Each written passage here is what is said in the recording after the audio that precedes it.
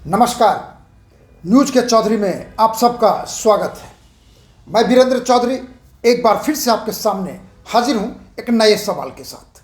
सवाल यह है कि क्या बीजेपी लोकसभा चुनाव में 50% वोट पार करेगी? आइए इसी सवाल पर देखते हैं न्यूज के चौधरी। भारतीय जनता पार्टी और भारतीय जनता पार्टी के नेता प्रधानमंत्री नरेंद्र मोदी, गृह मंत्री अमित शाह सब के सब इस बार 3 रिकॉर्ड तोड़ने के लिए दावा कर रहे हैं, जिसमें एक रिकॉर्ड है 370 पार, दूसरा रिकॉर्ड है 400 पार और तीसरा रिकॉर्ड है 50% पार। सवाल है, यहां पर हम आपसे तीसरे सवाल पर बात करेंगे कि क्या बीजेपी 50% वोट पार करेगी? इसे जानने के लिए हम आपको कुछ आंकड़े बताएंगे और वो आंकड़ा यह है कि बीजेपी के 3 चुनाव यानी लोकसभा चुनाव, 2009 का लोकसभा चुनाव, 2014 का लोकसभा चुनाव और 2019 का लोकसभा चुनाव, हम बताएंगे आपको कि इन तीनों चुनाव में बीजेपी को कितना वोट मिला और वोटों का फीसदी प्राप्त करने का कितना बना, और फिर उसके बाद 2024 का हम आपको अनुमान बताएंगे कि बीजेपी पार करेगी नहीं पार करेगी। देखिए, सबसे पहले 2009 में कुल वोट होता है भारत में 41,59,0425 और बीजेपी को मिलता है 2009 लोकसभा चुनाव में 7,84,35,381 और उस समय लोकसभा में सीटें मिलती है 116। अब वोटों का फीसदी बनता है 18.8, यानी 20 के नीचे, 19 के नीचे। अब देखिए, यह चुनाव भारतीय जनता पार्टी लाल कृष्ण आडवाणी जी के नेतृत्व में लड़ा था। आइए 2014 का लोकसभा चुनाव, जिसमें नेतृत्व बदल जाता है।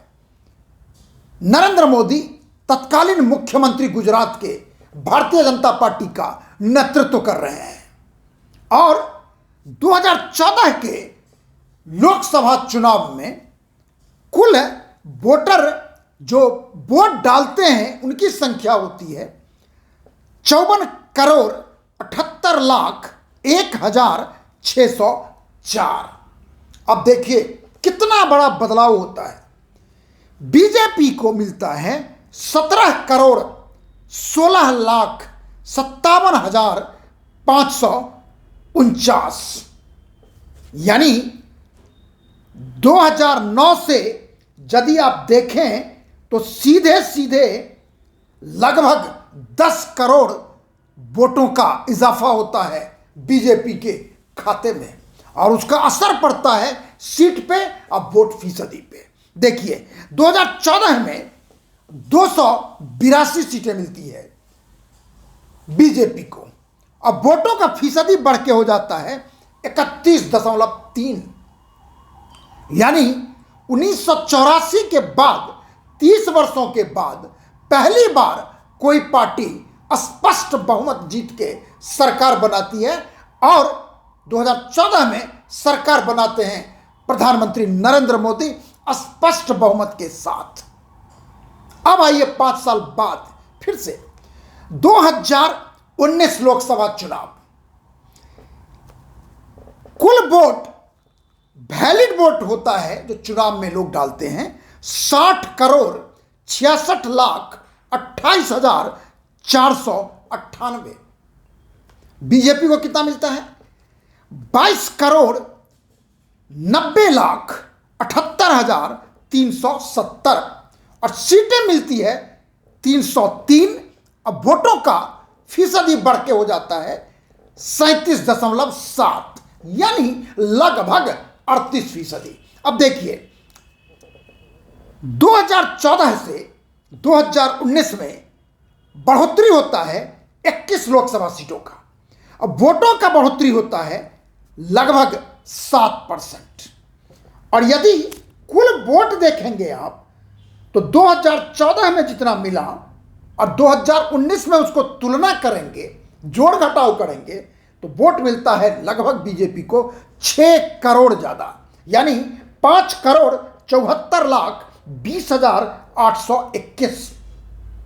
2009 से 2014 में वोट बढ़ता है 9.5 करोड़ के आसपास, और 2014 से 2019 में वोट बढ़ता है लगभग 6 करोड़ के आसपास।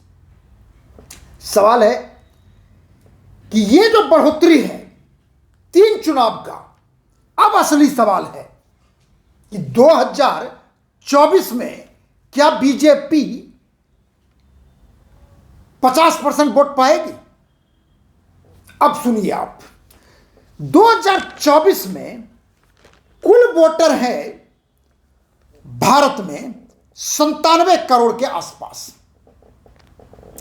और 97 करोड़ में हम आपको बता रहे हैं कि टर्नआउट कितना होगा, मतलब कितने प्रतिशत लोग वोट डालेंगे। अब देखिए आप 2019 में 69.5 यानी 69.5% लोगों ने वोट डाला था। कुल वोटर थे 88 करोड़ और वैलिड वोट था 60,66,28,498 यानी 70% के आसपास। यदि आप 2014 का देखेंगे तो उसमें टर्नआउट था 66.4 यानी 64.5%। ठीक है, और उसमें वैलिड वोट्स थे 54,78,01,604। 2009 में देखें तो वोटों का फीसदी काफी कम था, 58.2% टर्नआउट था 2009 लोकसभा चुनाव का, जिसमें जो वोट वैलिड वोट्स थे वो थे 41,69,9,425। अब देखिए मोदी ईरा में, नरेंद्र मोदी जब से आते हैं भारत के राष्ट्रीय राजनीति में, वोटों का फीसदी काफी बढ़ जाता है और शुरू होता है 66.5% से 2014 में, और वो पहुंच जाता है 2019 में 69.5%, तकरीबन 70%। अब देखिए, अब आप ध्यान दीजिएगा, मैं आपको क्या बताने जा रहा हूं कि 97 करोड़ में कुल वोटर में यदि टर्नआउट होता है 70% मात्र, हालांकि ऐसा नहीं हुए, 70% से ज्यादा होगा, लेकिन ये मेरा अनुमान है, हम अनुमान लगा रहे हैं कि यदि 70% वोट होता है, मान लीजिए, तो 97 करोड़ का 70% होता है 68 करोड़, यानी 68 करोड़ लोग वैलिड वोट डालेंगे। और बीजेपी को 2014 में मिलता है 31% और 19 में मिलता है तकरीबन 38%। वोट मिलता है 2014 में 17 करोड़ और 2019 में मिलता है 23 करोड़ के आसपास। मतलब जितना वोटों का बढ़ोतरी हो रहा है, आंकड़ा ऐसा ही लगता है कि सारे के सारे वोट बीजेपी के खाते में जा रहा है। जो मैंने आपको बताया कि जैसे देखिए 2009 से 2014 में देखेंगे, जो भी बीजेपी का वोट बढ़ा 9,32,22,168, यानी जितने वोट बढ़े थे सारे के सारे बीजेपी के खाते में चले गए। अब देखिए 2014 की तुलना यदि 2019 से आप करते हैं तो उसमें भी वोट बढ़ा बीजेपी का 5,74,20,821। अब सवाल है, देखिए अब क्या होता है यहां पे, यदि बीजेपी को 50% वोट मिलता है मेरे अनुमान के हिसाब से, तो 68 करोड़ वैलिड वोट्स यदि होता है तो उसमें से बीजेपी को 34 करोड़ वोट पाना होगा। 34 करोड़, 97 करोड़ कुल वोटर है। 70% यदि टर्नआउट होता है तो बनेगा 68 करोड़। और यदि बीजेपी को 50% से पार जाना है तो 68 में से 34 करोड़ वोट उसको पाना होगा। और 34 करोड़ का मतलब क्या हुआ? 2019 में जितना वोट मिला बीजेपी को, उसमें 11 करोड़ का इजाफा करना पड़ेगा। 11 करोड़। क्योंकि मैं आपको बताऊंगा कि 1984 में कांग्रेस राजीव गांधी के नेतृत्व में जो रिकॉर्ड बनाया, उन्होंने सबसे ज्यादा सीट 415 का, वोटों का फीसदी का रिकॉर्ड बनाया 48.1% का।